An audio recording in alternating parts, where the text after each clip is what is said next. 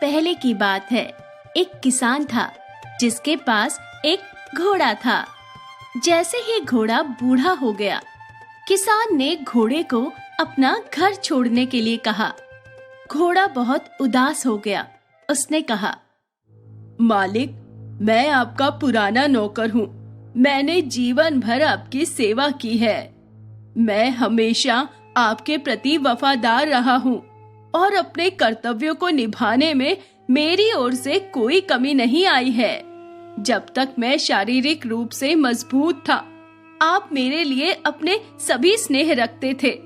लेकिन जैसे ही आपने महसूस किया कि मैं शारीरिक रूप से कमजोर हो गया हूँ और मेरे पास अब वो शक्ति नहीं है, आपने मुझे अपना घर छोड़ने के लिए कहा। क्या ये मेरे द्वारा की गई सेवाओं के लिए एक इनाम है, मेरी सारी ईमानदारी और विश्वास का? किसान घोड़े के शब्दों को सुनकर चुप हो गया था, क्योंकि उसके पास कोई तार्किक जवाब नहीं था। और कुछ देर बाद किसान ने सोचा और बोला, ठीक है, आप मेरे घर में रह सकते हैं, पर तुम मेरे लिए एक शेर लाओगे। मुझे शेर की खाल चाहिए। ये सुन के घोड़ा चिंतित हुआ और वो जंगल के लिए निकल पड़ा। वहाँ उसकी मुलाकात एक लोमड़ी से हुई। लोमड़ी को घोड़े पर दया आई और उसने उसके दुख का कारण पूछा। घोड़े ने लोमड़ी को सारी कहानी बता दी।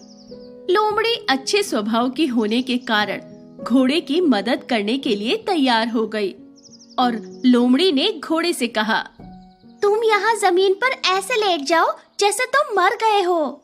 घोड़े ने लोमड़ी की सलाह का पालन किया और वहीं जमीन पर लेट गया जैसे कि वो मर गया हो। फिर लोमड़ी राजा शेर से मिली और बोली, महाराज, खुले मैदान में एक मरा हुआ घोड़ा पड़ा है।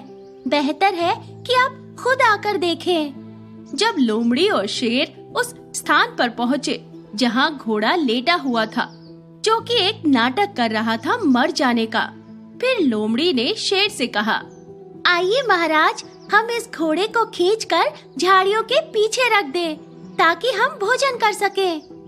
मैं आपका शांतिपूर्ण भोजन बांध दूंगी। मैं घोड़े की पूंछ तक जाऊंगी और आपकी पूंछ से उसकी पूंछ बांध दूंगी। हाँ, मैं आपसे सहमत हूँ, शेर ने कहा। फिर लोमड़ी ने शेर की पूंछ को घोड़े की पूंछ से बांधने की बजाय घोड़े की पूंछ को शेर के पैर से बांध दिया। फिर लोमड़ी ने घोड़े को बोला, उठकर तेज दौड़ो।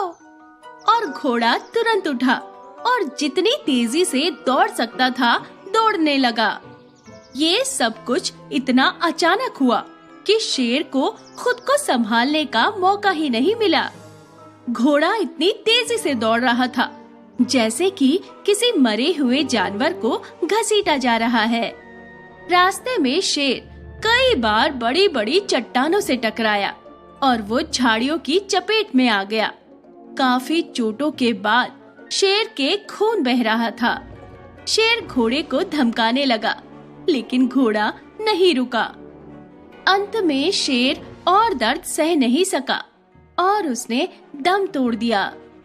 मरे हुए शेर को पूंछ से बंधा हुआ घोड़ा अपने मालिक के घर पर रुक गया और मरे हुए शेर को देखकर किसान बहुत खुश हुआ और हमेशा के लिए घोड़े को अपने घर में रहने को बोल दिया।